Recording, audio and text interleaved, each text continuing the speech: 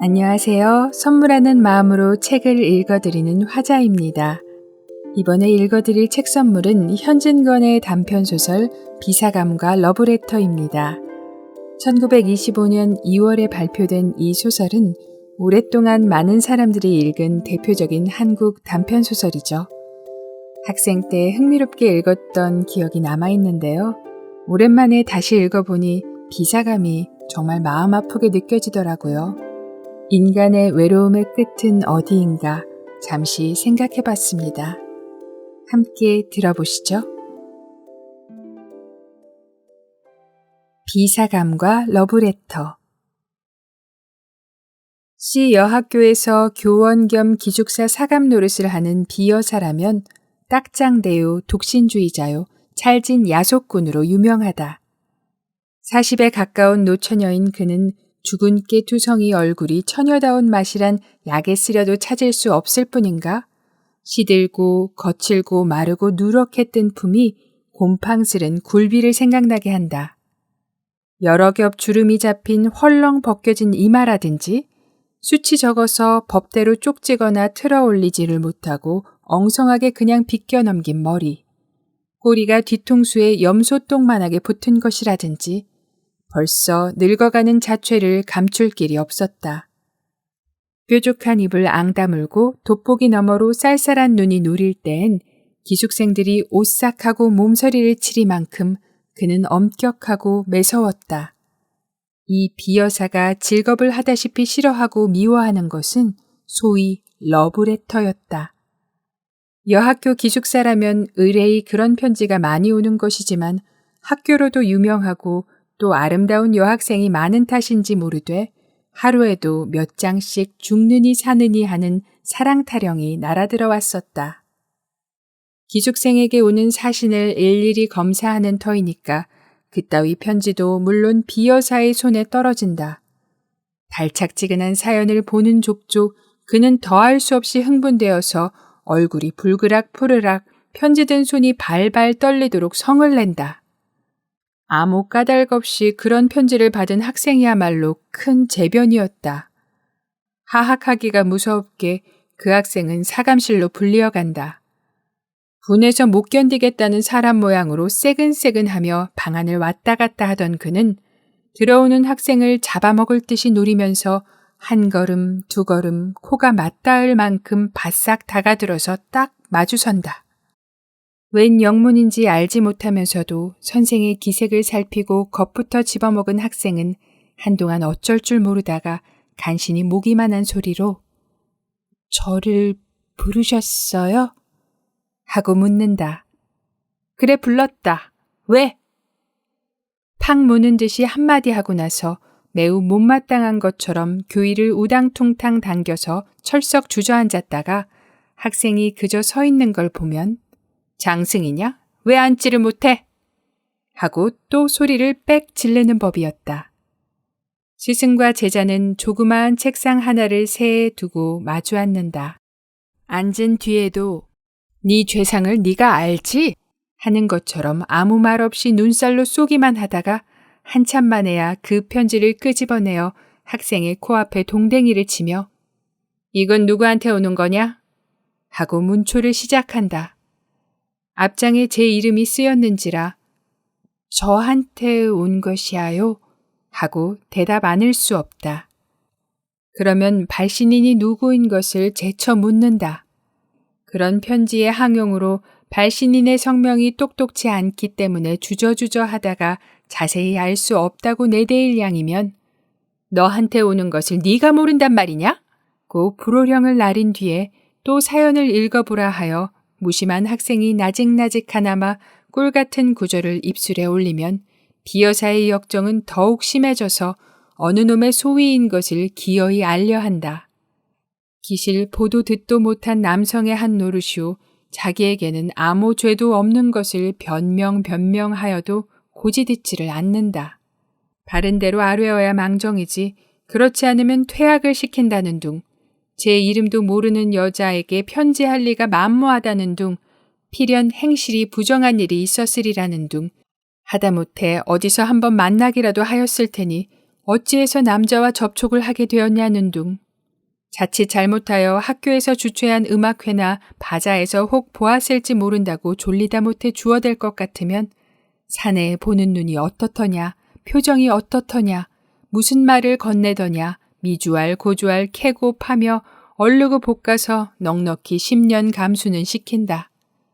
2시간이 넘도록 문초를 한 끝에는 사내란 믿지 못할 것, 우리 여성을 잡아먹으려는 마귀인 것, 연애가 자유이니 신성이니 하는 것도 모두 악마의 지어낸 소리인 것을 입에 침이 없이 열에 띄어서 한참 설법을 하다가 닦지도 않은 방바닥에 그대로 무릎을 꿇고 기도를 올린다. 눈에 눈물까지 글썽거리면서 말끝마다 하느님 아버지를 찾아서 악마의 유혹에 떨어지려는 어린 양을 구해달라고 뒷삼고 곱삼는 법이었다.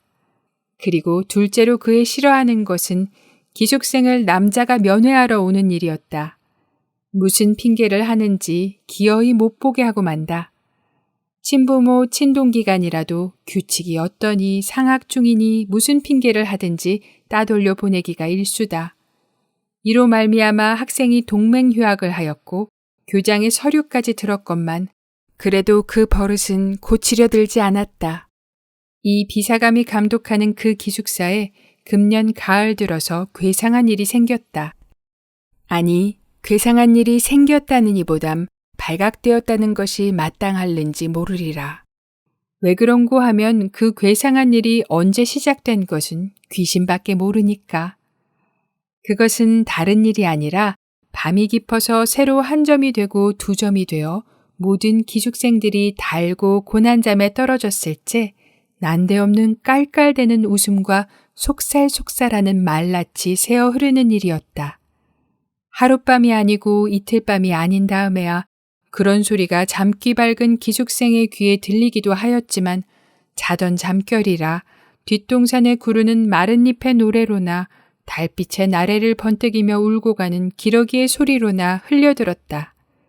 그렇지 않으면 도깨비의 장난이나 아닌가 하여 무시무시한 증이 들어서 동무를 깨웠다가 좀처럼 동무는 깨지 않고 제 생각이 너무도 어림없고 어이없음을 깨달으면 밤소리 멀리 들린다고 학교 이웃집에서 이야기를 하거나 또는 딴방에 자는 제 동무들의 잠꼬대로만 여겨서 스스로 안심하고 그대로 자버리기도 하였다. 그러나 이 수수께끼가 풀릴 때는 왔다. 어째 공교롭게 한 방에 자던 학생 셋이 한꺼번에 잠을 깨었다. 첫째 처녀가 소변을 보려고 일어났다가 그 소리를 듣고 둘째 처녀와 셋째 처녀를 깨우고 만 것이다. 저 소리를 들어보아요. 아닌 밤중에 저게 무슨 소리야? 하고 첫째 처녀는 호동그레진 눈에 무서워하는 빛을 띈다. 어젯밤에 나도 저 소리에 놀랬어.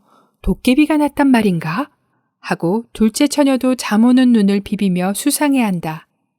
그 중에 제일 나이 많을 뿐더러 많았자 18밖에 아니 되지만 장난 잘 치고 짓궂은 짓 잘하기로 유명한 셋째 처녀는 동무 말을 못 믿겠다는 듯이 이윽히 귀를 기울이다가 따는 수상한걸. 나도 언젠가 한번 들어본 법도 하구먼. 뭘 잠이 아니 오는 애들이 이야기를 하는 게지. 이때 그 괴상한 소리는 떼떼굴 웃었다. 새 처녀는 으쓱하며 귀를 소스라쳤다. 적적한 밤 가운데 다른 파동 없는 공기는 그 수상한 말낯을 곁에서나 나는 듯이 또렷또렷이 전해주었다. 태훈 씨, 그러면 자기 좋을까요? 간드러진 여자의 목소리다. 경숙 씨가 좋으시다면 내야 얼마나 기쁘겠습니까? 아, 오직 경숙 씨에게 바친 나의 타는 듯한 가슴을 인제야 하셨습니까? 정열에 띈 사내의 목청이 분명하다. 한동안 침묵. 인제 그만 놓아요. 키스가 너무 길지 않아요. 행여 남이 보면 어떡해요. 아양 떠는 여자 말씨. 길수록 더욱 좋지 않아요? 나는 내 목숨이 끊어질 때까지 키스를 하여도 길다고는 못하겠습니다. 그래도 짧은 것을 한하겠습니다. 사내에 피를 뿜은 듯한 이 말 끝은 계집의 자지러진 웃음으로 묻혀버렸다. 그것은 묻지 않아도 사랑에 겨운 남녀의 흐물어진 수작이다. 간검이 지독한 이 기숙사에 이런 일이 생길 줄이야. 세 처녀는 얼굴을 마주 보았다. 그들의 얼굴은 놀랍고 무서운 빛이 없지 않았으되 점점 호기심에 번쩍이기 시작하였다. 그들의 머릿속에는 한결같이 로맨틱한 생각이 떠올랐다. 이 안에 있는 여자 애인을 보려고 학교 근처를 뒤돌고 곰돌던 사내 애인이 타는 듯한 가슴을 걷잡다 못하여 밤이 이슥하기를 기다려 담을 뛰어넘은지 모르리라. 모든 불이 다 꺼지고 오직 밝은 달빛이 은가루처럼 서린 창문이 소리 없이 열리며 여자 애인이 흰 수건을 흔들어 사내 애인을 부른지도 모르리라. 활동사진에 보는 것처럼 기나긴 피륙을 나리어서 하나는 위에서 당기고 하나는 밑에서 매달려 디룽디룽 하면서 올라가는 전경이 있었는지 모르리라. 그래서 두 애인은 만나가지고 저와 같이 사랑의 속살거림에 잦아졌는지 모르리라. 꿈결 같은 감정이 안개 모양으로 흐릿하게 무지개 모양으로 부시게 세 처녀의 몸과 마음을 휩싸돌았다. 그들의 뺨은 후끈후끈 달았다. 괴상한 소리는 또 일어났다.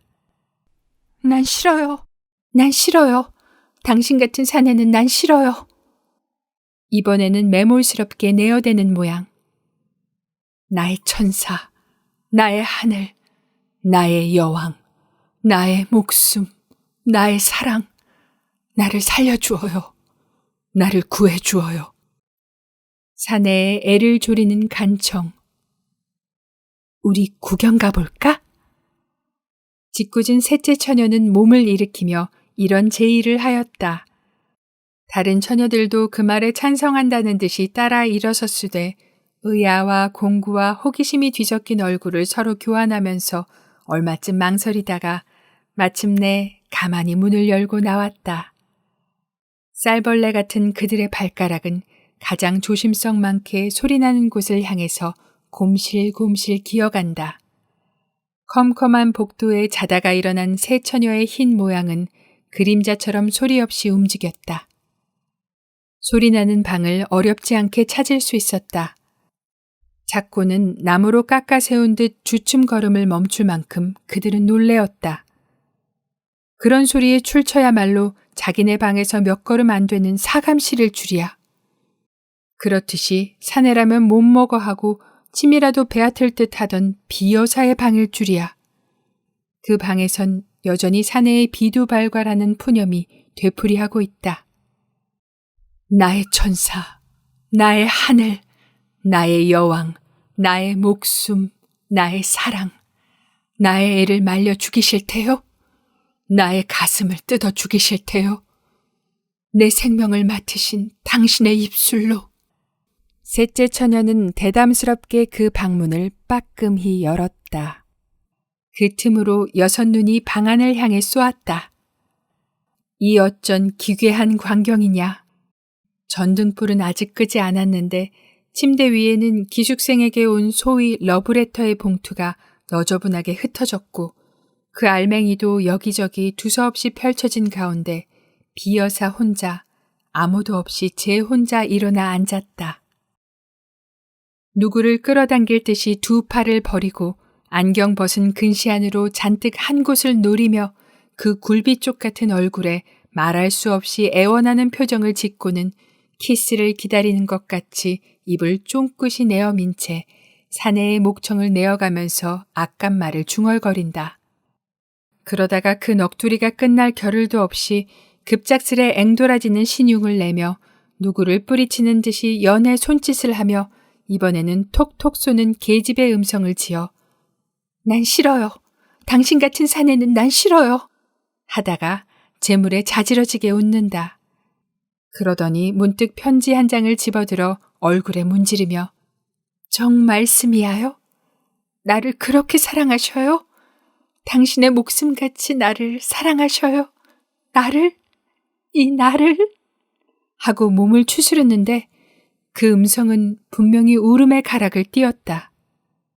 에그머니, 저게 웬일이야? 첫째 처녀가 소곤거렸다. 아마 미쳤나 보아. 밤중에 혼자 일어나서 왜 저러고 있을꾸? 둘째 처녀가 맞방망이를 친다. 에그, 불쌍해. 하고 셋째 처녀는 손으로 고인 때모르는 눈물을 씻었다.